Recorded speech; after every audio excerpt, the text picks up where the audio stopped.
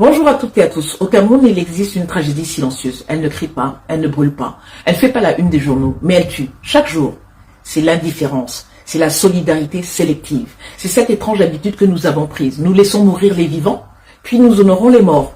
Regardez cette scène que nous connaissons tous. Un homme tombe malade. Son ordonnance coûte 50 000 francs CFA. Pas une greffe, pas un traitement à l'étranger. Juste 50 000 francs CFA pour rester en vie.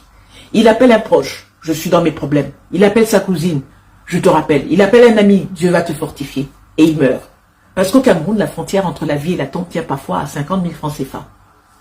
Mais c'est après sa mort que commence le paradoxe le plus cruel. Quand il était vivant, personne n'avait rien. Mais dès que son cœur s'arrête, tout le monde se réveille. On cotise 10 000, 20 000, 50 000. En quelques jours, on réunit 1 million pour enterrer celui qu'on n'a pas pu sauver.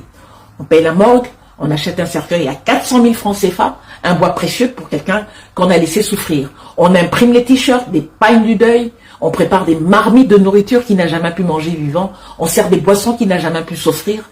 Et les veillées alors deviennent des soirées où on bavarde, on rit, on filme, on poste, parfois plus que l'on ne prie.